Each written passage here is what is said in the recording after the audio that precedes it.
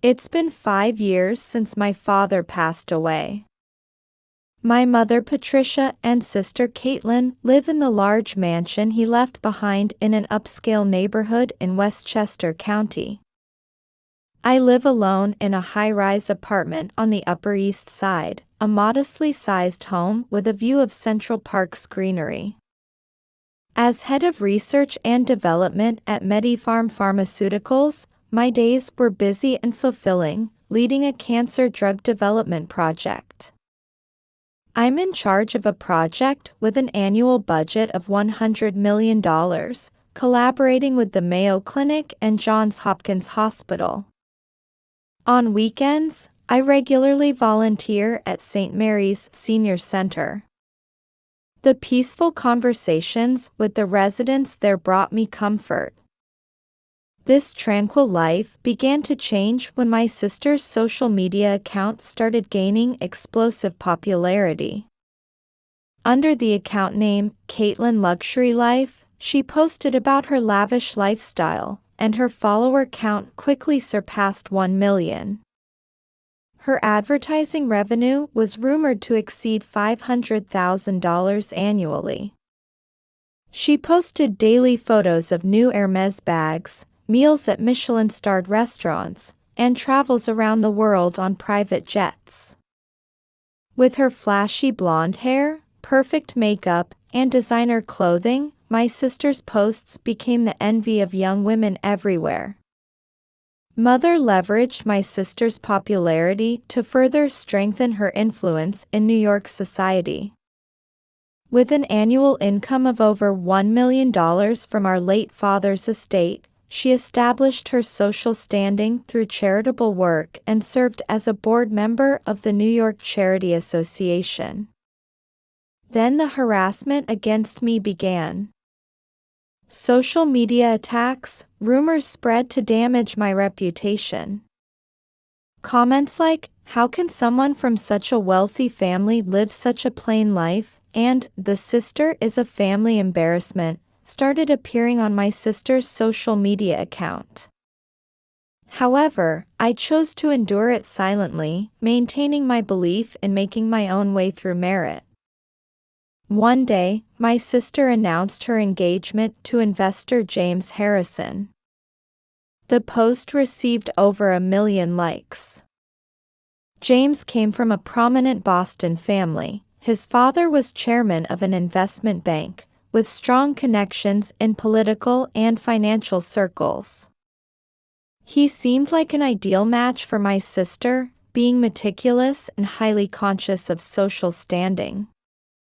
Wedding plans progressed rapidly, with arrangements made for a 400-person ceremony at the iconic Plaza Hotel. The budget was rumored to exceed $500,000. Industry VIPs and society notables were added to the guest list.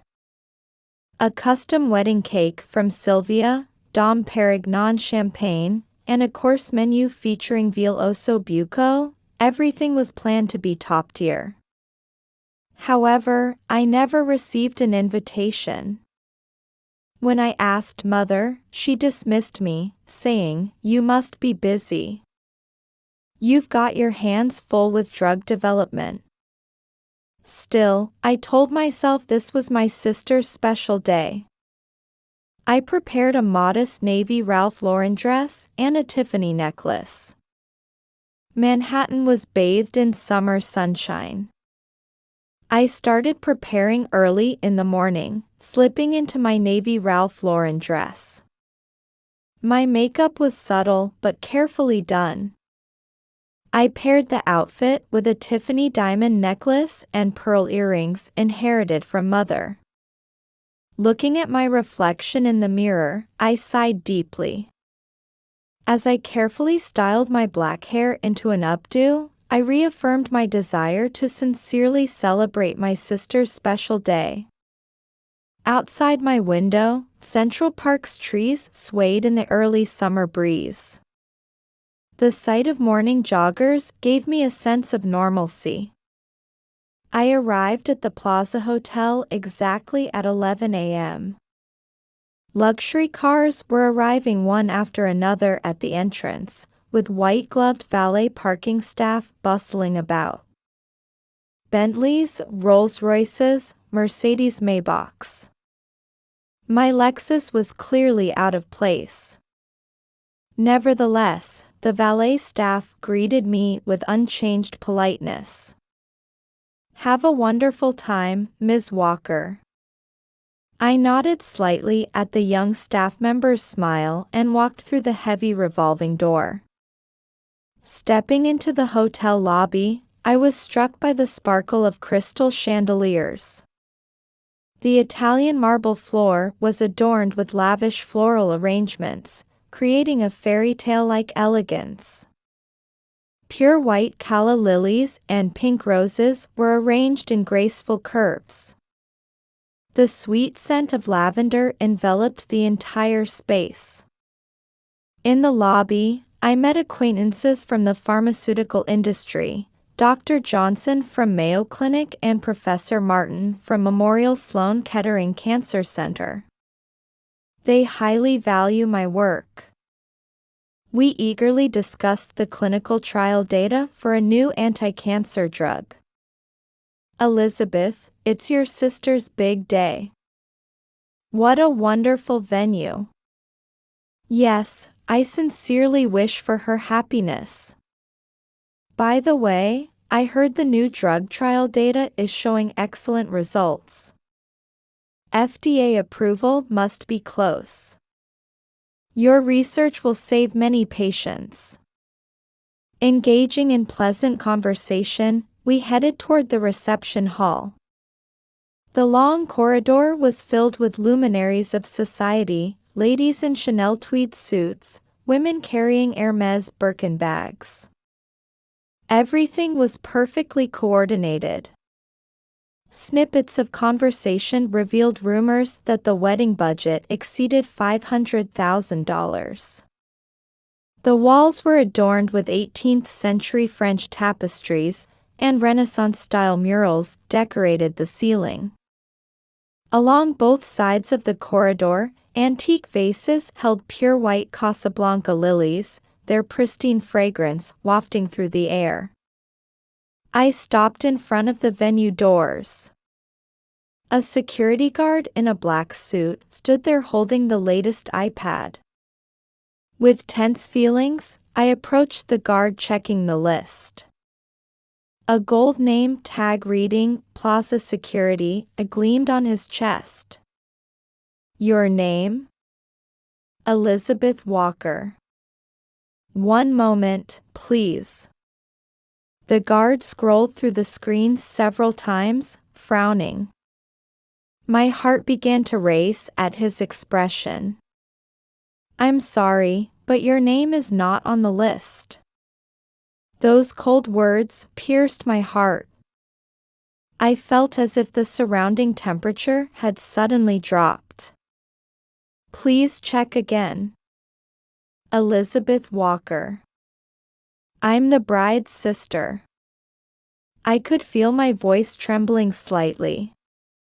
The guard checked the list again but simply shook his head expressionlessly. "I'm sorry, but you'll have to leave." Just then, I turned toward distant laughter. There stood Mother and my sister. Mother wore a pure white Chanel suit with a Cartier necklace gleaming at her throat. My sister was in a Vera Wang white wedding gown, a diamond tiara adorning her hair. She held the latest iPhone in her hand, pointing the camera in my direction. She was probably live streaming on social media. Comments flooded the screen, with heart emojis floating up. Messages like "best drama ever" and "serves big sis right" danced across the screen. Mother and my sister wore triumphant smiles. Surrounding guests watched me with confused expressions.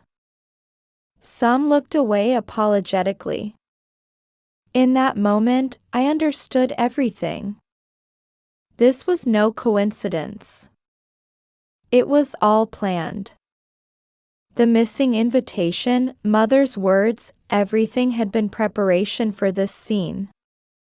I quietly turned on my heel. Walking back through the lobby, I felt concerned glances from acquaintances, but kept walking straight ahead. Dr. Johnson tried to call out to me, but I just returned a smile without stopping. When retrieving my car from valet parking, the young staff member showed an apologetic expression. His earlier bright smile had vanished. "Take care." I nodded slightly at his words and got into my car. The Plaza Hotel's imposing figure in my rearview mirror gradually grew smaller. Under the cloudless blue sky, I drove in silence. New York's skyline of high-rises felt colder than usual. My phone screen kept lighting up with notifications from my sister's social media live stream. It seemed thousands were watching simultaneously. I turned off all notifications and put the phone in my bag. Then, with a deep sigh, I headed home through Manhattan's bustle. On social media, a storm was already raging.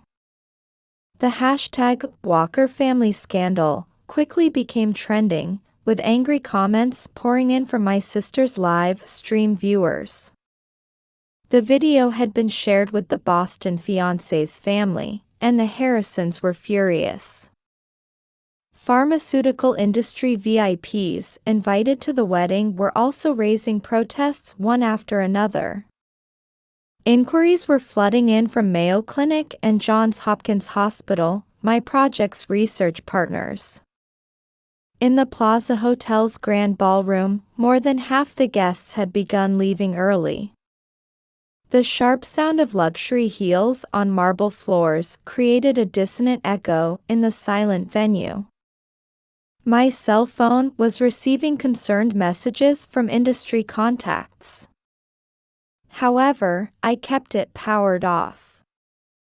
I quietly drank tea in my Manhattan home, gazing at Central Park's greenery outside my window. Then, as expected, the news arrived. The fiancé, James Harrison, announced the cancellation of the ceremony. "I cannot marry into such a family. I am terminating the engagement." The moment James's calm voice echoed through the venue, my sister let out a hysterical scream. Mother fainted, her pearl necklace scattering across the marble floor.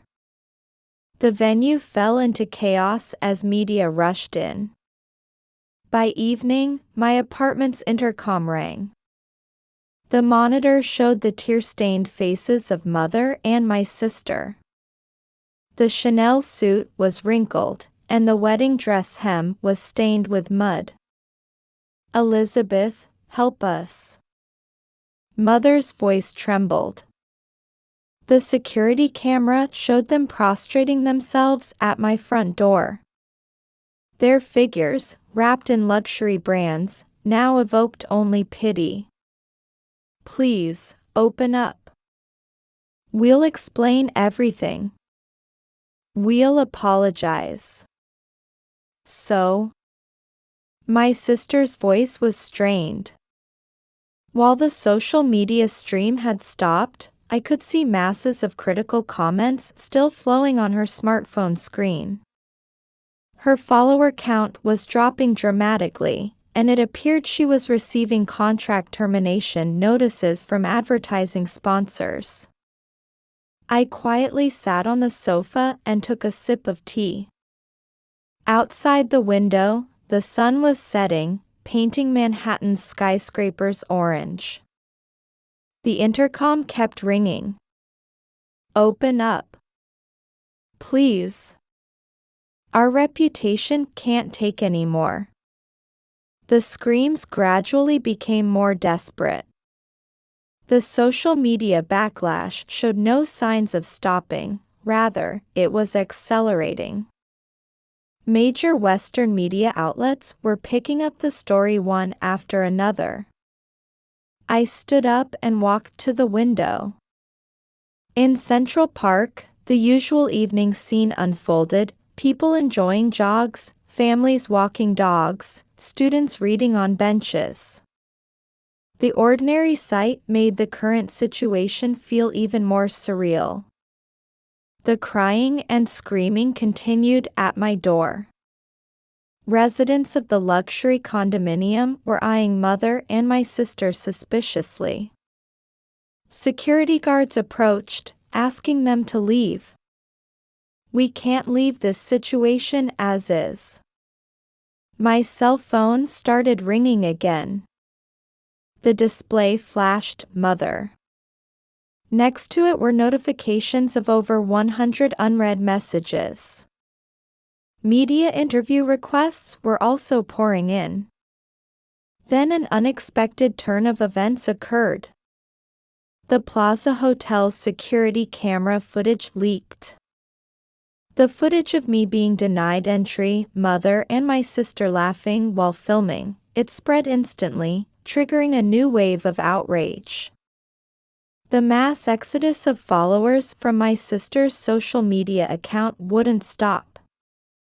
Her follower count, which had exceeded 1 million, plummeted to below 100,000 in 24 hours. But that wasn't all.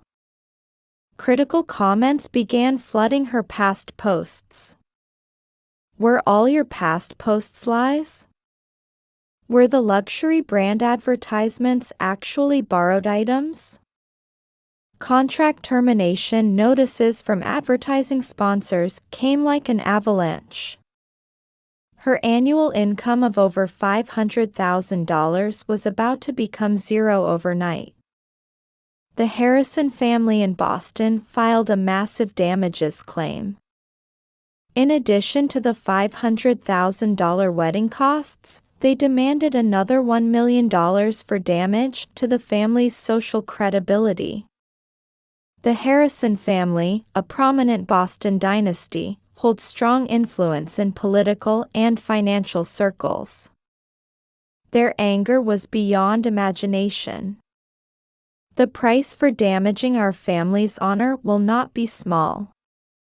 The investment bank chairman's words, James's father's statement, were reported by major U.S. media. The Wall Street Journal covered the scandal on its front page. The impact on mother was also devastating. Her exclusion from New York society began immediately. She received an expulsion notice from the New York Charity Association and other charitable organizations she had been involved with successively demanded to sever ties. "I never want to hear the name Patricia Walker again." The words of society's leaders were cold and final. The annual income of over $1 million from father's estate was certain to diminish significantly after the bank managing the asset investments terminated their contract. Then a chain of exposures began. Followers of my sister's social media account started pointing out inconsistencies in her past posts one after another. Was this Hermes bag actually a replica? Are all the luxury restaurant photos from the same angle because you never actually went inside? Were the private jet posts actually studio shots? Investigation revealed shocking facts. The majority of my sister's posts were carefully staged fabrications. Luxury brand items were borrowed or replicas.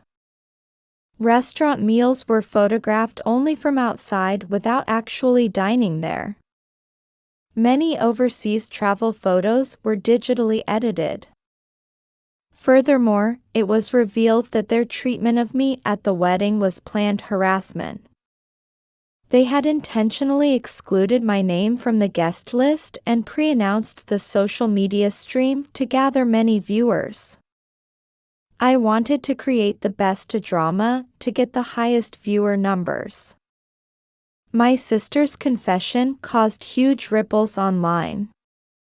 Criticism intensified over her act of trampling family bonds for viewer numbers and advertising revenue. My employer, MediFarm, was flooded with inquiries about this scandal. However, the company's response was swift. Vice President Elizabeth Walker's achievements in research and development are unshakable. Family issues and her professional capabilities are entirely separate matters. The CEO's statement gathered strong support within the industry. Rather, through this incident, appreciation for my work increased even further. Joint research with Mayo Clinic and Johns Hopkins Hospital continues to progress smoothly. Elizabeth's research will bring hope to many cancer patients. Professor Martin's words were widely shared in the medical community. The new drug's clinical trial data showed excellent results, with FDA approval approaching. However, Mother and my sister's situation continued to worsen. The large mansion in Westchester County had to be sold to pay the damages. With complete exclusion from society, their life foundation completely collapsed. Avoiding public eyes, they had no choice but to move to a small apartment in the suburbs. How did it come to this? Mother's lamenting voice echoes off the walls of the small apartment. All their luxury brand bags and clothes were put up for auction. Most of their savings disappeared into damage payments, leaving only regret behind. In the midst of this, a letter arrived in my apartment's mailbox. It was an apology letter from Mother and my sister. On stationery stained with tears, they acknowledged their past mistakes. We didn't understand your sincerity. We were drowning in vanity and pride, losing sight of what was important. However, my mind was already made up. While I could forgive, returning to our former relationship was impossible. The past cannot be changed. We each had to choose new paths in life. Please do not contact me again. That was all I wrote in my reply. A year has passed since then. The sunlight streaming through the windows of St. Mary's Senior Center is gentle and warm. I was walking down the facility's hallway after finishing my weekend volunteer work. Elizabeth, thank you for coming again today. An elderly woman in her 80s smiles from her wheelchair. Conversations with her always warm my heart. Over this year, my volunteer activities have expanded significantly. I now serve as a director of an NPO supporting the elderly, increasing my opportunities for social contribution. At MediFarm, my promotion from development director to vice president was decided. The drug development exceeded expectations in its success, receiving FDA approval. We were able to bring new hope to many cancer patients. Vice President Walker's leadership is outstanding. Her integrity was the key to success. My reputation in the industry has become unshakable, with research results being published successively in medical journals. Manhattan's cityscape remains as vibrant as ever. Meanwhile, Mother and my sister's lives have changed dramatically. Their social media accounts were completely deleted, and they lost their place in society entirely. Living quietly in a small suburban apartment, they can only reminisce about past glory. Just once, I'd like to meet and talk. Occasionally, messages arrive from Mother. However, I don't reply. That was my choice.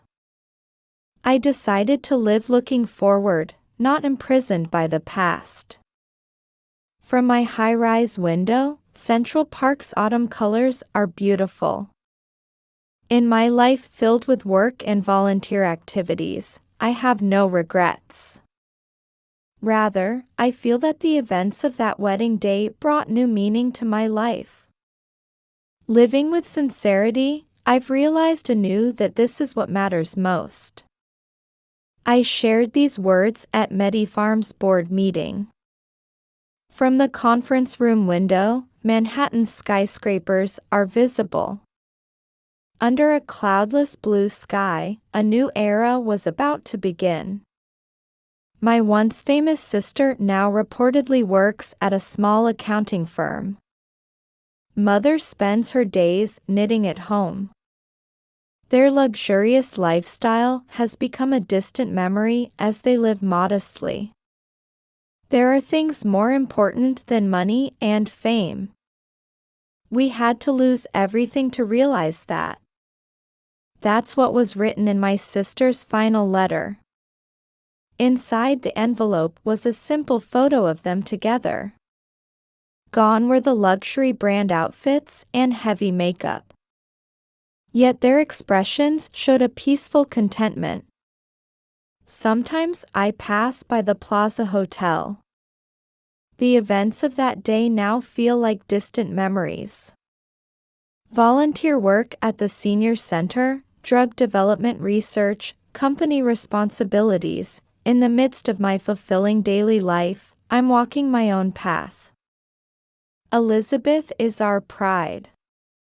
Dr. Johnson's words from Mayo Clinic were widely shared in the medical community. But for me, what matters most is the fact that I've lived true to my beliefs. Manhattan's twilight wraps the city in its usual beauty. The setting sun reflects off the high-rise windows, painting the city in orange light.